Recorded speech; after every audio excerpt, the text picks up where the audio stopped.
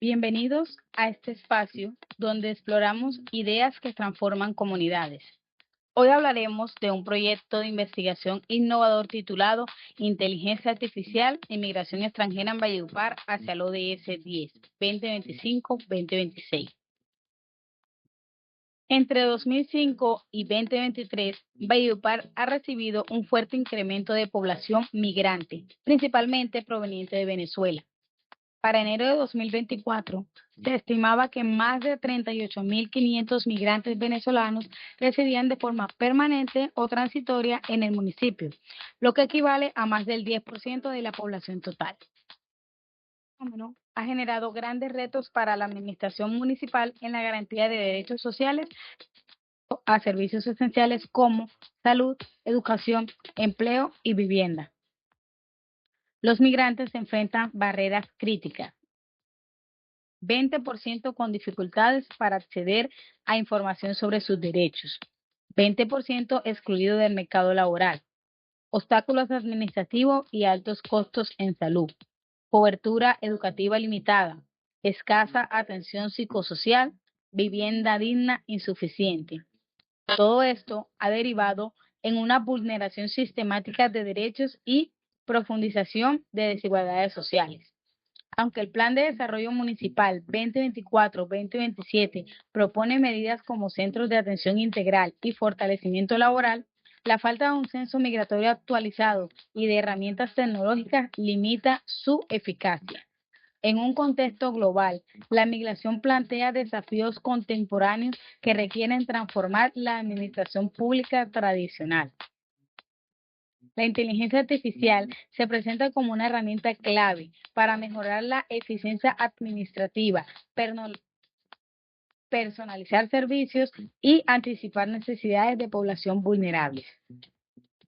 Autores como la OIM, Heath, Russell, Norvin, junto con estudios de la CEPAL y la CAF, han demostrado que la aplicación de la inteligencia artificial en la gestión pública puede ofrecer alternativas para superar los límites de la administración tradicional y responder eficazmente a la migración mediante soluciones tecnológicas.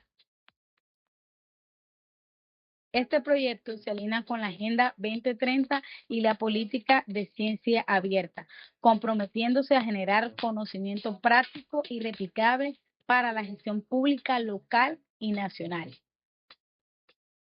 Es un honor presentar a los investigadores que hacen parte de este proyecto. En primer lugar, el investigador, el profesor Simón Martínez, quien se ha destacado por sus compromisos en el análisis de los impactos sociales de la migración y cómo esto ayuda a comprender mejor las dinámicas en nuestra región. Su aporte resulta fundamental para vincular la investigación con los objetivos de desarrollo sostenible. Seguidamente, me complace presentar al profesor Antonio Yesid Pedrosa, investigador con amplia experiencia en estudio de políticas públicas y desarrollo social. En este proyecto, su trabajo se centra en la articulación de estrategias que permitan reducir desigualdades, el uso de herramientas de inteligencia artificial y fortalecer la integración de comunidades migrantes en Valledupar. Participación de ambos, el proyecto se enriquece con perspectivas complementarias que garantizan un abordaje integral y multidisciplinario. Bienvenidos a este primer episodio.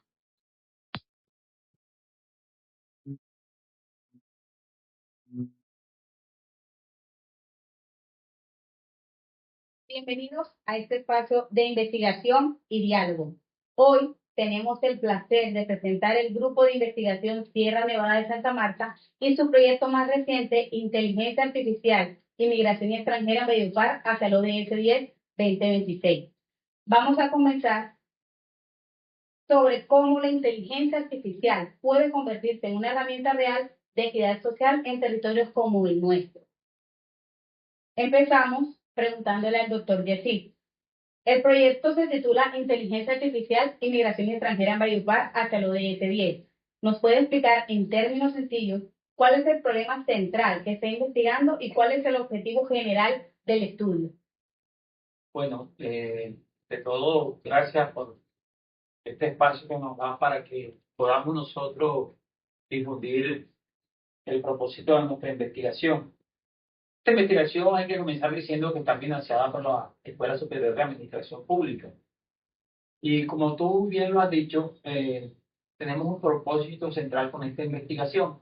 Nosotros queremos saber cómo la inteligencia artificial puede ayudar a la administración pública municipal a mejorar los servicios que le presta, en especial a esta comunidad en particular, es decir, a los migrantes extranjeros en Valledupar, ya que de acuerdo a, digamos, las noticias que se oyen, que se escuchan, que se leen, es que el servicio es muy deficiente en cuanto a la cobertura de salud, de educación, porque entre otras cosas no se tiene clara, digamos, como la población, la ubicación, y eso hace parte de el servicio que debe prestar la municipalidad.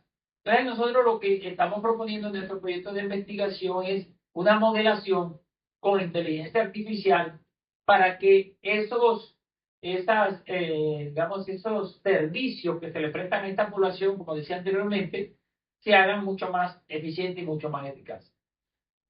Ok, profesor Simón. Sabemos que la migración es un fenómeno estructural ligado a la desigualdad y a la justicia social.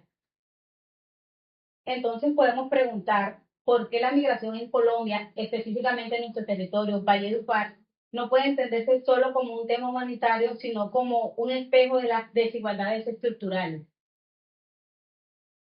Uno de los teóricos más recientes de la sociología de las migraciones nos habla básicamente del problema de la migración, del fenómeno migratorio, como un fenómeno estructural de las sociedades contemporáneas, pero también como un fenómeno que ha ocurrido históricamente desde el hombre primitivo. Este proceso que Abdelmalek Sayar, un sociólogo argelino que desarrolló gran parte de su actividad en Francia y que hace una especie de ruptura epistemológica con relación a la interpretación del fenómeno social que representa la migración. Lo que busca es mostrar cómo la sociología de las migraciones, establecida en los Estados Unidos desde finales del siglo XIX, tienen un enfoque centrado en la misión del Estado solamente, mientras que el proceso de actualización en la concepción dice que el fenómeno hay que mirarlo muchísimo más de fondo y sobre todo que hay un enfoque desde esta perspectiva de la sociología de las migraciones, un enfoque desde la concepción del colonialismo. Cómo los pueblos migran hacia los centros en donde el colonialismo está aprovechando y desarrollando todas unas condiciones de progreso con base en la riqueza que les trajeron a estos países de donde surgen las migraciones. En el caso colombiano, nosotros tenemos que mirar una situación muy puntual. Colombia no ha sido un país de migraciones masivas, pero sí ha sido un país de migraciones copiosas. El siglo XX fue muy sintomático en este sentido y por eso lo que ocurre recientemente es lo que nos ha permitido entender el fenómeno ya como una situación que hace parte de la vida misma de las sociedades modernas. Y en este sentido, la copiosa migración venezolana, para la cual no estaba preparado el Estado colombiano, porque, repito, nuestras migraciones han sido copiosas, hemos recibido de todas partes de Europa, especialmente migraciones del Medio Oriente, también del Cercano Oriente, del Japón, del Lejano Oriente, de China, hemos recibido migraciones en distintos momentos. Algunas han sido migraciones dirigidas por el Estado, promovidas por el Estado, como las que ocurrieron a partir del momento de la independencia, con la promoción de migraciones alemanas, inglesas, francesas, italianas. Y posteriormente, esa migración casi continua que se dio con las migraciones del Cercano Oriente, sirios, libaneses, palestinos, que comienzan desde finales del siglo XIX y se enfatizan a partir de la Segunda Guerra Mundial con la desintegración del Imperio Otomano. Entonces, esas migraciones de sirios, libaneses, palestinos, marcó una impronta y posteriormente las migraciones europeas que se dieron durante la Primera Guerra Mundial, lo que ocurrió durante la Segunda Guerra Mundial, las migraciones españolas durante la Guerra Civil, en fin, todo este proceso tenemos que irlo mirando en el contexto de la historia del país y la más reciente migración que tenemos que mirarla desde varios puntos de vista, la migración extranjera, no solamente venezolana, sino que la migración de paso. Países que utilizan a Ecuador como punto de llegada para tomar a Colombia como tránsito hacia Centroamérica y de ahí a Norteamérica, y la migración venezolana que tiene unas particularidades en Colombia y que hacen que Colombia sea el mayor receptor de migración venezolana en todo este proceso vivido durante los últimos 20 años. Bien, Simón, disculpa que te interrumpa porque me parece interesante lo que estás diciendo alrededor del tema de la parte histórica de la migración y que obviamente sirve para la investigación porque ayuda a contextualizar el fenómeno que estamos estudiando. Pero la pregunta es, ¿cómo, cómo ves tú el impacto, digamos, en la parte ya de lo que es la administración pública, la gobernabilidad, la gobernanza, específicamente con esta migración venezolana? Porque es que, como tú bien lo decías ahorita, no estábamos preparados. Si bien el Estado colombiano no estaba preparado, mucho menos estaban preparados los aparatos municipales de gobierno. En tu experiencia, en tu conocimiento, en las investigaciones que hacemos, que se están estructurando alrededor de este proyecto, ¿cómo piensas tú, vuelvo y repito, que esta migración venezolana ha impactado, le ha dado al aparato gubernamental municipal? Hay una cosa muy importante y es que el análisis de la respuesta del Estado colombiano al proceso migratorio ha tenido unas respuestas, repito, valga la redundancia, ha tenido unas decisiones como respuesta a ese proceso que han sido únicas en toda la región. La gobernanza, desde ese punto de vista, ha tenido que hacer unas adecuaciones y las decisiones de estas respuestas han sido significativas y válidas. Lastimosamente, hay, como en todos los procesos burocráticos, una distancia entre la teoría y la praxis, de tal modo que las decisiones que se toman a nivel normativo van a tener una dificultad al aplicarse en el campo práctico, en el campo de los hechos, debido a muchas razones. En gran medida, lo que mi experiencia me dice a partir de los procesos de investigación en los cuales he participado sobre el fenómeno migratorio, es que hay mucha ignorancia, mucho desconocimiento de la normativa, por ejemplo, del Estado Nacional, en parte de los funcionarios que, desde la perspectiva local, tienen la responsabilidad de aplicar y llevar a cabo esas prácticas. Esta es una de las dificultades fundamentales. Otra de las cuestiones que a mí me parece determinante es la falta de organización en cuanto al manejo estadístico de la población migrante, de sus necesidades. Cuando uno analiza, por ejemplo, la respuesta de algunos países o la actitud asumida por algunos países como Alemania o Turquía, que han sido grandes receptores en los últimos años de migraciones, especialmente procedentes de África y del Medio Oriente, dadas las crisis que se viven en estos sectores geográficos, estos países organizaron el proceso de migración, que en Colombia no es tan fácil. ¿Por qué? El migrante entra a estos dos países de los cuales estoy hablando, entra por unos sitios establecidos exclusivamente para ellos, se hace una identificación de las condiciones de estas personas, su perfil laboral, su perfil ocupacional, su perfil profesional, y a partir de eso el mismo Estado se encarga de organizar hacia dónde deben dirigirse estas personas de acuerdo con sus mismas necesidades para que ellos se inserten. Pero ese es el deber ser. No, eso es la realidad que estoy poniendo como ejemplo. Colombia no ha tenido esa posibilidad. Primero, porque Colombia y Venezuela tienen la frontera viva más grande de ambos países, 2.200 kilómetros de longitud. En 7 países, perdón, 7 departamentos de Colombia, 4 estados venezolanos, y el problema es la informalidad de la comunicación que hemos tenido entre los dos países a través de unos sistemas que tienen unos puntos de ingreso formalmente establecidos, ¿sí? Que son los puntos de migración, entre ellos, por ejemplo, Cúcuta, Puerto Santander, Paraguachón, ¿sí? Hay 7 puntos establecidos. Pero además de eso, hay innumerables trochas, que son los caminos irregulares, ilegales o irregulares, llamémoslo, que utilizan los habitantes de frontera para transitar a un lado y otro en la línea limítrofe entre los dos países.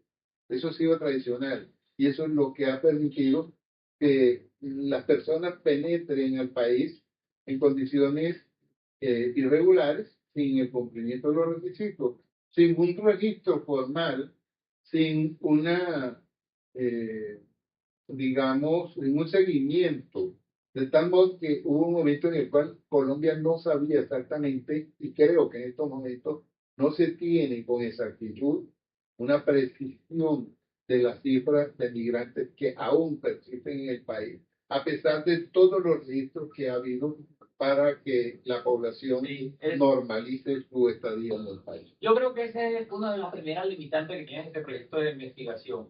No conocemos la población objetivo o la población que vamos a investigar. No se ha cuantificado, porque como tú mismo lo dices, ni el Estado Nacional, a pesar de que a través de migración han tratado de establecerlo, o la municipalidad o incluso instituciones como la Cámara de Comercio que han querido ayudar en ese proceso.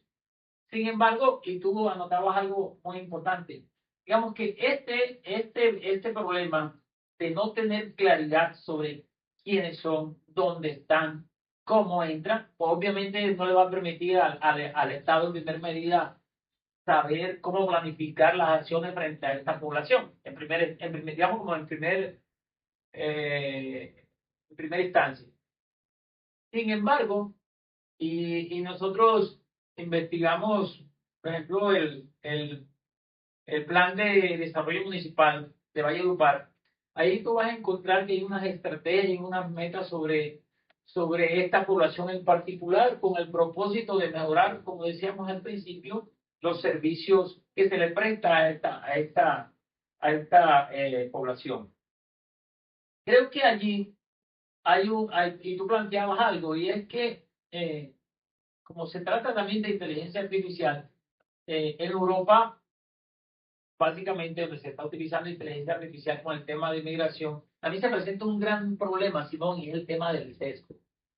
Y que creo que eso es una de las cosas que nosotros aquí debemos trabajar, como estamos intentando mm, modelar qué procesos administrativos, qué procedimientos se pueden adecuar con inteligencia artificial. Creo que ahí va a haber un gran problema, en el sentido de que hasta dónde la inteligencia artificial de pronto no cometa, digamos, errores entre comillas por el tema del sesgo. Sobre todo porque para nosotras, para nuestra sociedad, por ejemplo, aquí en Valledupar, la población venezolana, desgraciadamente, llegó también gente muy buena, pero gente no muy buena. Y en el tema de la delincuencia, pues se ha notado mucho el impacto en esto. Entonces, Pero que hay una cuestión también importante. Hay percepciones que no siempre responden objetivamente a la realidad. Es decir, aquí la ola de atraco, de asesinatos, de delincuencia, etcétera, etcétera, todo lo que significa delincuencia social, ha existido siempre.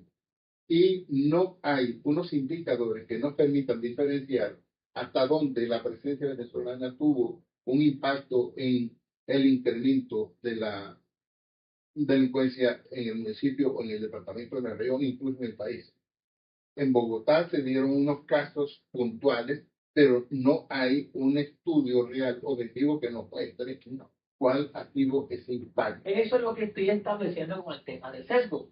Y es que cuando un venezolano comete un ilícito, pues la prensa sale a relucir, tú mismo lo has dicho, de cada 10, por ejemplo, de cada 10 robos, seguramente 8 o 9 lo hacen nacionales colombianos, pero es la prensa la que se encarga de crear el sesgo. Ese es uno de los grandes problemas que tenemos acá para establecer, digamos, como que las limitantes de la investigación. Y además de los medios de comunicación, yo diría que hay una actitud, lo que Adela Cortina llama aporofobia, es decir, aquí a qué venezolano se le mira despectivamente, al pobre, al que no trae mucho que recursos para invertir, pero el venezolano que llegó aquí, montar un restaurante, montar un negocio, montar un salón, que está generando incluso trabajo para colombianos, a ese señor no se le pone ninguna dificultad. Al doctor que se vino de su universidad y se vinculó a las universidades nuestras, que mejoraron la calidad y el nivel académico de nuestras instituciones, a ese no se le está diciendo nada. O los médicos, los profesionales calificados que han venido, que se han vinculado al sistema productivo, que eso no se ha tenido en cuenta. Entonces, el sesgo yo creo que es un aspecto importante. Sí, perdona que te interrumpa para que no se nos vaya la idea, pero yo creo que ese planteamiento que tú has propuesto en este momento debe ser objeto de otra, más adelante, de otra conversación, en otro de estos episodios que se están montando con base en los productos del proyecto de investigación, porque indudablemente eso lo tenemos que tratar. Digamos que ese ya, pero ya como un problema más encaminado hacia la sociología política, ¿sí? Pero, insisto, ¿hasta dónde? ¿Hasta dónde la municipalidad, y tú lo planteabas al inicio, tiene no solamente la capacidad, sino la formación con base en las normas que se plantean alrededor del tema, no solo nacionales, sino también internacionales, de la migración y sus derechos, de los migrantes y sus derechos, hasta donde la municipalidad de Valledupar realmente está, según tu criterio, desarrollando, digamos, como que el deber ser jurídico, social, moral, incluso pudiéramos decir, frente a esa población migrante. Bueno, tú lo planteas, aquí en Valledupar no solamente hay venezolanos, pero digamos que es como ahorita lo que más hay aquí de población migrante extranjera. Mira, hay una cuestión que me parece importante. Yo no sé hasta qué punto el alcalde, su equipo de trabajo, tienen conocimiento de que el fenómeno migratorio es un ítem que hace parte del derecho internacional y que los estados tienen una responsabilidad frente a la población migrante. La Constitución Política de Colombia es muy clara en especificar que la función del Estado y la misión del Estado es la protección que de todos los que están en el territorio, no especifica de los nacionales, sino de todos los que están habitando el territorio. Y eso obedece a extranjeros por igual y a nacionales en iguales condiciones. Pero otro aspecto que me parece muy importante en este proceso migratorio es la ayuda que el Estado colombiano ha recibido desde los organismos de cooperación internacional para atender los elementos básicos de la satisfacción de las necesidades primarias de la población migrante venezolana, teniendo en cuenta la incapacidad financiera y material del Estado colombiano para asumir ese reto y ese compromiso. Entonces, ha habido muchas ayudas Entonces, la capacidad de gestión de las instituciones locales, municipales en concreto, para gestionar los recursos del orden nacional y del orden internacional, no sé cómo se está manejando. De alguna manera, hasta allá no han llegado las investigaciones en las cuales yo participo sobre el fenómeno migratorio, pero sí me parece fundamental que haya una dependencia dentro de la estructura de la gobernanza municipal, una dependencia que no en exclusividad, pero que por lo menos sea la que tenga la visión y la responsabilidad de la atención a la población migrante.